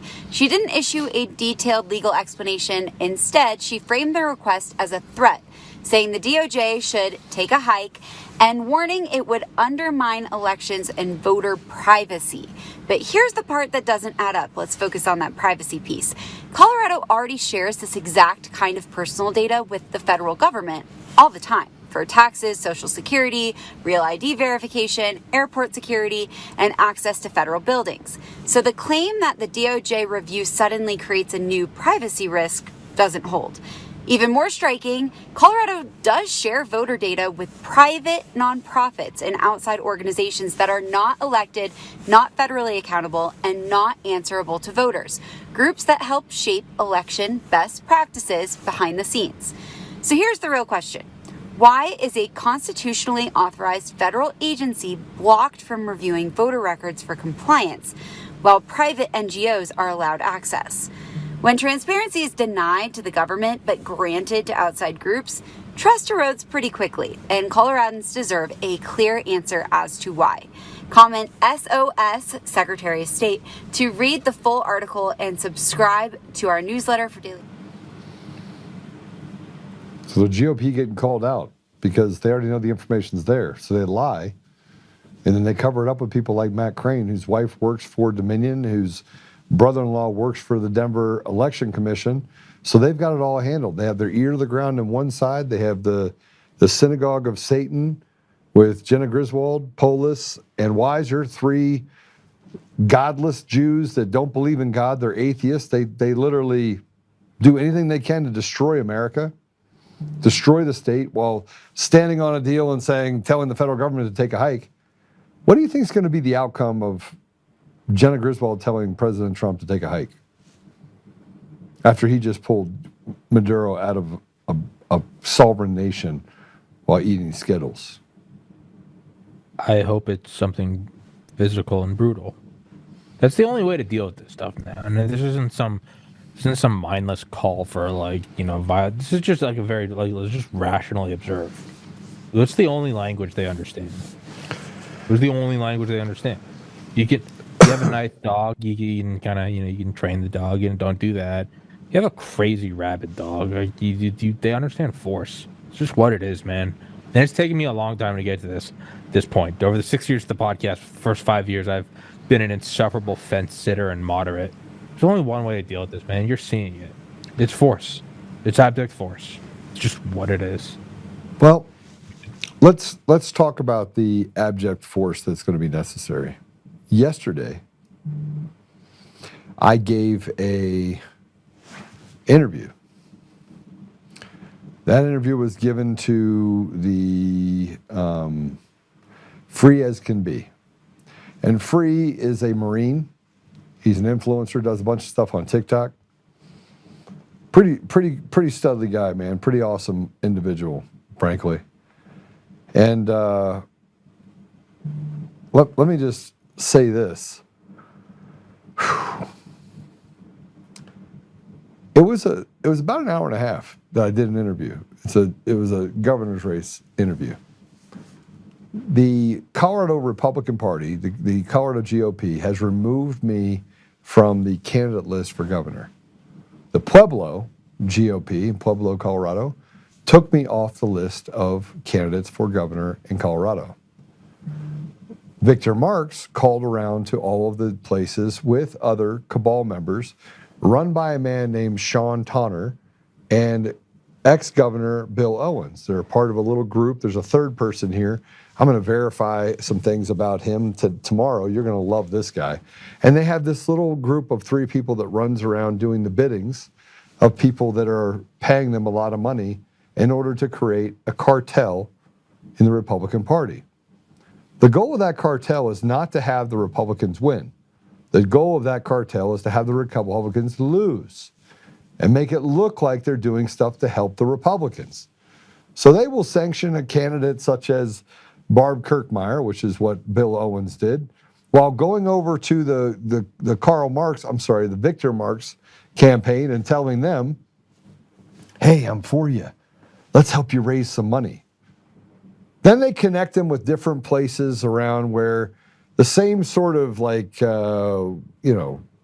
small donor campaigns are created that you saw that funded entire campaigns. And when you get into Victor Marx's campaign, you're going to see that his money didn't come from Colorado people at all. You're going to see quite the opposite. And I don't even care about that. What I care about is that, like the GOP has done in years past, not just in Colorado, but around the country, they take anyone they see as a threat, same as tech companies, when they censor you or cut you out. They literally are saying, we get to choose your candidate for you. So I just have one question for you. If the GOP chooses your candidate, then are you really living in a representative government where the people don't have a choice and they get to choose and censor and take people off of a campaign and say, we're not going to put up Joe Oltmann. The guy, by the way, that has fought 5 years. For 5 years, I have been in the trenches over 200 flights a year. No, that's not true. 170 to 200 flights a year. Fighting for election integrity. Blowing the whistle on everything going on. Giving up my time, my effort, my reputation. Well, I didn't ask Free to say this, but after he interviewed me and after we walked through it, he had something to say. And it's true. Go ahead and play it. So yesterday I got to interview Joe Oltmann, and during the interview he said some things that I thought were absolutely incredible. He said things that nobody else has actually done. He said things that nobody else was thinking. And so after the interview, he invites me to his suite at the Avs game, and I got to watch my very first hockey game, and my family and my friends were invited, and it was absolutely brilliant. But the whole night I kept thinking about how we as Republicans love to talk about election integrity. We love to fight for this election integrity. But within our own GOP, there's absolutely no election integrity. Why does a person like Joe, who's perfectly qualified to run Colorado, have to fight to debate? You see, the GOP, what they do is they decide who they want you to vote for. And what they do is they take every chance possible to put that candidate right in front of you. They take every chance possible to make sure that you see that candidate in a good way. They prop up that candidate, and so you basically don't get to see anybody else. And so I'm sitting there thinking, here I am with this ultra successful, ultra smart person. He cares about people, but yet he had to fight just to get on one debate. How does that make any sense? And then I think about our independents, and their voices are never heard. There's so many people that could be qualified to have a position within Colorado, and their voices are literally squashed, and they're put to the side because our own GOP is absolutely corrupt. And it's something that has to change.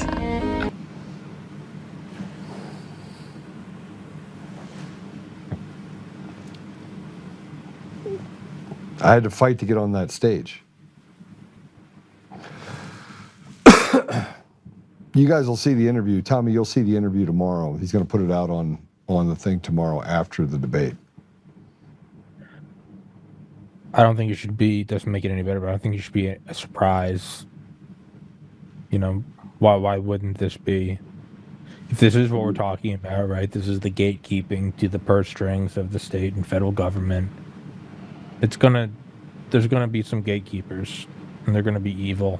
And they're gonna be, to a degree, competent. I would try to find, I'll put it this way. When I'm at the gym and I got a good workout going on towards the end and it starts to really hurt, or if I'm dieting and I'm going to bed and I'm like, man, I'm hungry. I've eaten all my, I'm hungry. I try to switch my frame of mind and go, this means it's working.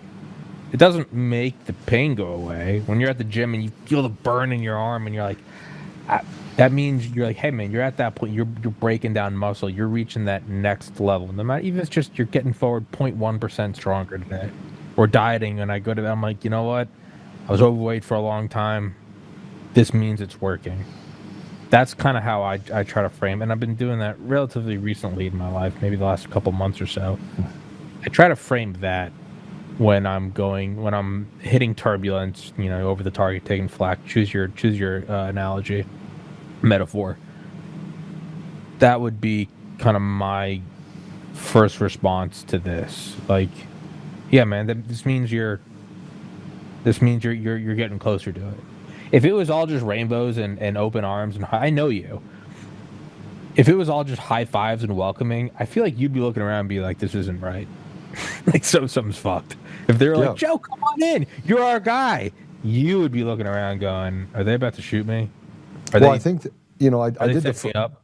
I did the first debate, and I had probably 200 or 300 people reach out to me to become volunteers, right? So, I mean, in a debate where I was at a disadvantage, I wasn't Barb Kirkmeyer that got fed the answers or the questions that were being given. And you could tell by the way that she responded, I was a negotiator. I can see right through it, right? And I don't actually care, but the questions were stupid. Mm-hmm. And when I came out and said the questions were stupid, the people were listening. And by the way, here's what they did on that debate, because it was live streamed. Every time I would be talking or answering, they would talk over the mic. They'd be like, and answer questions over the mic in the back so that you couldn't hear how I responded, but only when I spoke, right? I mean, this is basically the devil itself doing this. It's not me. It's they are literally trying everything they can do in order to enslave the people of Colorado. And it's not happening on the Democrat side. It's happening on the Republican side. Like, the Republicans are kind of trying to keep me from speaking. How's that? How's that work out? How's that pencil? When Victor Marx lies over and over and over again and bullies people. And I get a call from Mark over at Parker Conservatives. And he's like, Joe, you have somebody working on your campaign that's working on your actively going after Karl Marx. I'm sorry, Victor Marx. Sorry, came out of nowhere. Who's 80% of his followers are sock puppets. They're fake accounts.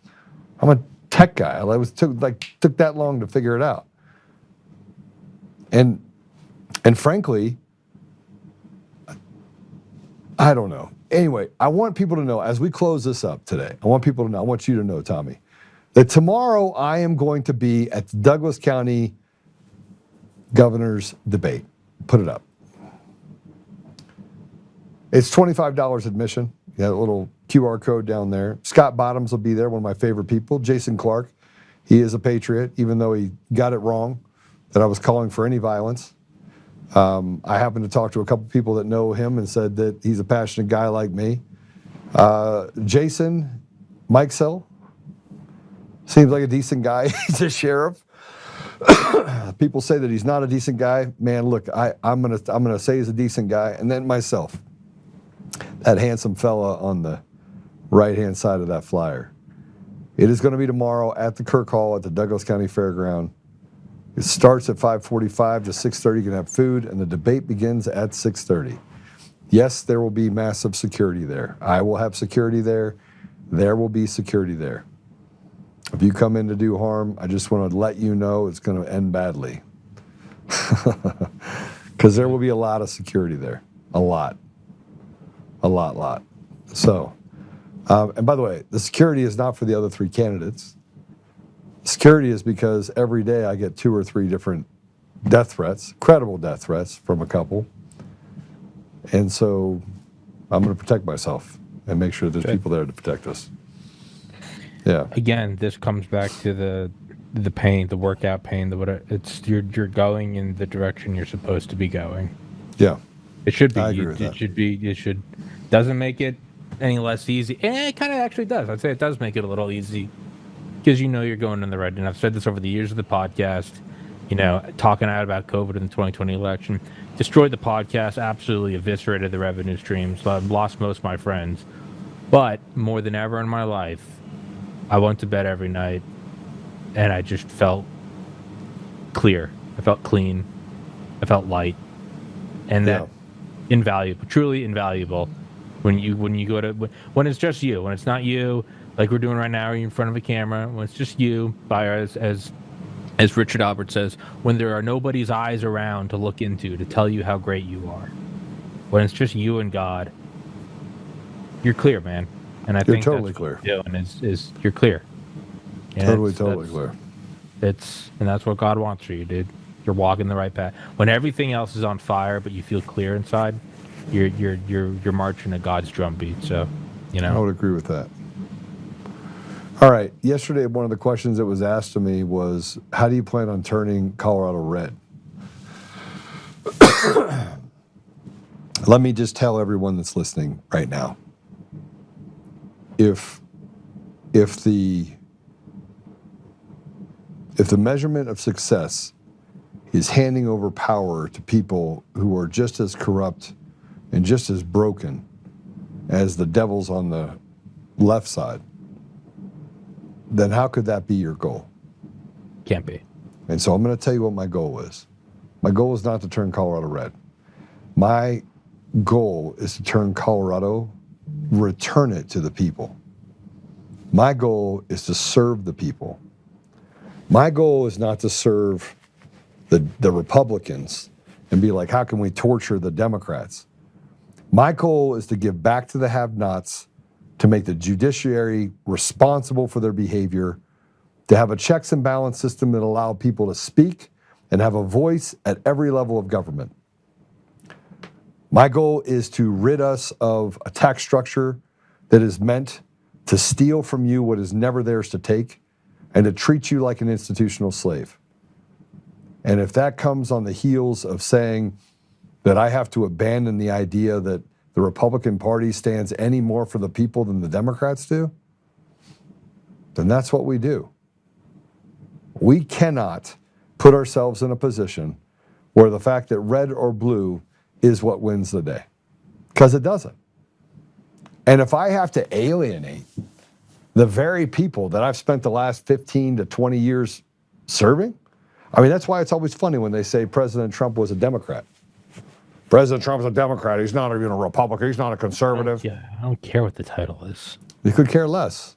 Oh. What he's trying to restore in all of this is a semblance of the voice, the ethos, the very spirit of what our country represents. Where we truly take care of the poor, not give it to Somalis and other people that basically shit on us as Americans and tell us that we're a racist society, which we're not. Or attack whites and then have a part of the white people say, well, I'm not white, I'm Jewish. And create another cult-like environment where they can just bear down and destroy the very fiber of our state while letting criminals on the streets to do whatever they want. I don't care about red or blue. I'm a Republican because I'm pro-life. I'm a Republican, but I'm pro. But I'm going to tell you this. The Republican Party is not pro-life. No. It's not pro-life. President Trump is pro-life. Man, I don't care how many children he's had with how many wives. That guy has never seen a kid he didn't like. In other words, he's a great father. The fruit of his tree is amazing. His children are amazing examples of what children should be. I use that same barometer when I look at my children. Who are my children? Am I proud of who they are? Are they good people? Do they serve others? Are they unselfish? Are they selfless? Are they willing to stand up for what's right regardless of the consequences? Those are the barometers that I use.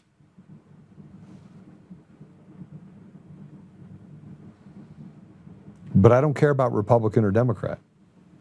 The Republicans don't want me to speak. You want to know why? Because what I say makes sense. The Democrats asked me to come speak. The Republicans tried to keep me from speaking. And then they prop up this guy, Victor Marx, who, man, trafficked a woman from California, dishonored a vet, did really bad things. I have a Catholic priest that's like, this guy is terrible. He's a terrible person. I get calls from people in the Middle East that say, yeah, he's not who he said he was. He's a paper tiger. He's an intelligence asset. I don't know if that's true or not. I'm going to find out. But Victor Marx is not a good man because he lied about me. And he lied and he propped up his family as an excuse for why he's not going to debate. That's why Victor Marx doesn't get any marks from me. And the Republican Party and running around saying that don't let Joe speak and he stands for violence. I've now answered it over and over and over again. I stand against treason. You commit treason, you should be hanged, period. Full stop. All right. Well, before we get out, I'm going to tell you this. Apple Podcasts, Google Podcasts, Spotify, Pandora, iHeartRadio, TuneIn, and more. We have a bunch of new things that we're doing. We'll be on Google. We'll be on now that I found out, somebody said that they were on Amazon Prime. I was like, yeah, I'm going to go get on Amazon Prime. That sounds good. I'll go get picked up there. I went and looked at everybody's show that got put on Amazon Prime, and I was like, well, I'm in the top 0.1% of broadcasts in the world with 7.5 million people around the country that listen to me, the audio or the video. Why can't I be on Amazon Prime? So we're going to try and get on Amazon Prime. So imagine that. It'd be kind of cool to be on Amazon Prime, wouldn't it? I mean, it's kind of neat. So we're going to go for that. With that said, go to, I keep telling you guys about this. I carry one around in my pocket. I carry this coin around my pocket. Let me tell you why it's $1.99, right? Or $4.99 or whatever if you buy two, $2.99, whatever it is. I carry this around with me as a reminder of the journey that I had for 5 years. It gives me strength. It gives me the ability, you can buy the 5 set for like $12 or $13. It gives me the ability to have a cross on there, by the way. See it? There's a cross on that. Mr. Cherry actually made this cross that's in my office now. It's a big 6-foot tall wood cross. I carry it around as a reminder of the 4 things that I need to be doing in my life. I need to pray, I need to stand, I need to speak, I need to act. And I need to repeat it so I never become the very thing that I'm fighting against. Get back to prayer. All right, we're going to jump into it. Looks like we have some people from the UK that are here. It's good to see you, Tracy. Awesome interview with Graham, by the way. Awesome. Oh, yeah? Yeah, He's dude, a cool guy. he is amazing. He's amazing. A firebrand, yeah. Yeah. So I hope to have him in the United States. This is a call to anybody in Colorado. If you're in a county and you want to have a debate, I have independents that I would like to put on that stage too. Chaz, Greg Lopez, all of us should be able to come up with some ideas. A debate should be a debate of ideas, but it should also be an affirmation that, hey, maybe someone has a good idea. And even if the candidate that gets through on the independent side or the Republican side, we should be able to share the ideal of returning power back to the stakeholders, which is the people. So I think that if you're in Colorado and you want us to have a debate, we can invite the Democrats too. Let's get Bennett and Weasel Weiser out there and let's find out what they stand for. I don't think there would even be it wouldn't even be close. But Chaz, who represents, he's up in Mesa County, Grand Junction area. Greg, get Scott Bottoms, Barb Kirkmeyer. Let's get them all together. Have a conversation about how they're going to help those most in need in Colorado and how they're going to eliminate entitlements and these overburdening taxes that we have to pay here. So let's pray it out. Tracy, it's good to see you. Mod Trend, you might want to run for governor. It'd be really good. You could challenge Newscomb. We're going to get rid of machines and mail-in ballots, guys, one way or another. One way or another. All right, so Father God, thank you. Man, we are so blessed. We have so many blessings that you've put upon us. We keep saying, but God. We bring it back before you, and we know that, but God, but you, Father, we would not have the ability to have President Trump in office. And while they slander him with impunity and they do things in order to indoctrinate and to lie, we do make progress and we keep pressing forward. We're at a critical time, Father, and we are even grateful for this critical time where we must be able to take a stand and eliminate the things that they have used to beat us with. Taking away the machines and the mail-in ballots and getting to a free and fair election will restore a semblance of dignity to our communities and give us the ability to fight back against these evildoers. And as we look at this, Father, we also look at the elections and we look at who's going to be in those positions. We ask you, Father, to do the supernatural and to guide us to a place where a representative candidate will take hold of each one of the positions in Colorado and around the country. We ask you, Father, to give us guidance, to give us wisdom, and to help us to fight off this evil and push it back to the hole it came from. And as we look into the GOP in Colorado and around the country, we know that there are major fractures that happen because people want to concentrate on fighting each other rather than working the problem. So help us, Father, that we may refocus. We may refocus on the things that matter to our community, to our people, to your people, and get to a place where we operate unselfishly to solve those problems while setting aside and having grace for those around us that we may or may not get along with. I ask these things humbly in the name of Jesus Christ. Amen. Amen. Amen. Father, Son, Spirit. Amen. All right. I'll see you guys later. See you, brother, man. It's good to see you. Later, Joe. I love you, buddy. Right. Love you too, bro. Thank you. Thank you so much.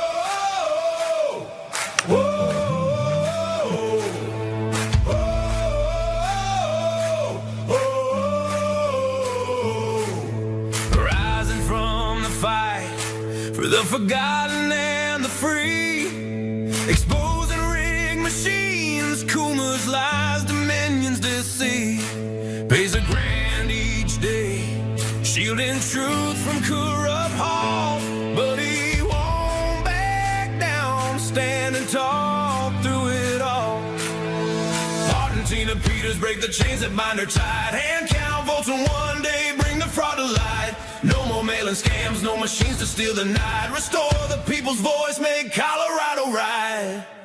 Governor Oltmann, lead us bold and true, badass for the have-nots, fighting through and through. Abolish property tax, cut the tolls away, shrink the bloated state, let the people have their say.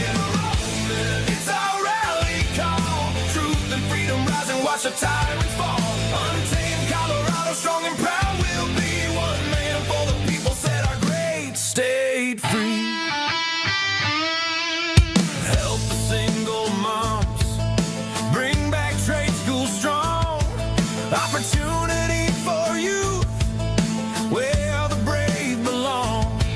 Audit every NGO, ban the wolves that roam, reclaim our stolen land, bring the power home. Eric Coomer's fraud, Dominion's rigged design, expose the stolen votes, cross the dangerous line. No more victimhood, no chains on you and me. He's running for governor for real liberty. Smash the fraud machine, pardon heroes jailed for the have-nots. Rising truth will never fail. One warrior defies the corrupt elite. Colorado reborn, strong on our feet. Governor Oltmann, lead us bold and true, badass for the have-nots, fighting through and through. Abolish property tax, cut the tolls away, shrink the bloated state, let the people have the say. Governor Oltmann, it's our rally call, truth and freedom rise and watch the tyrants fall. Untamed Colorado, strong and proud, we'll be one man for the people, set our great state free. Whoa, whoa.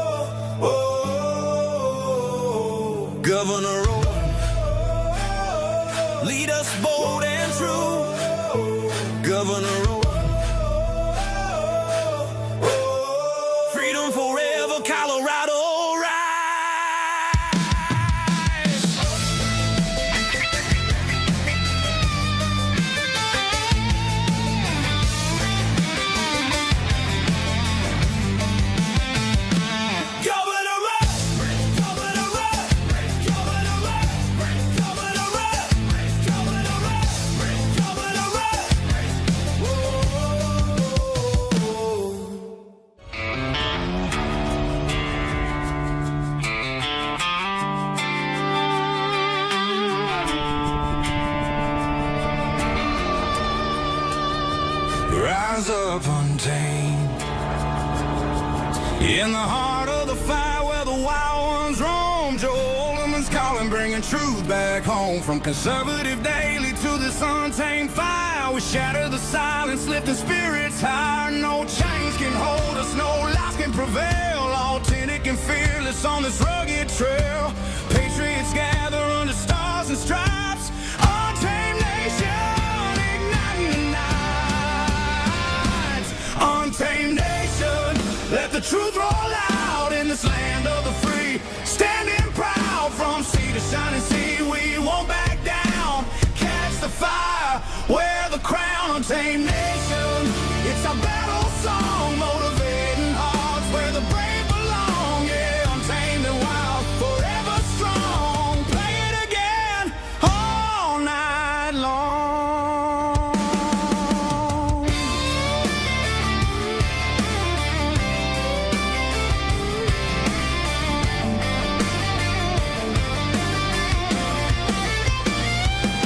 Break the mold, chase the real. No more games, time to heal. Joe's voice leads the untamed crew. Truth matters through and through.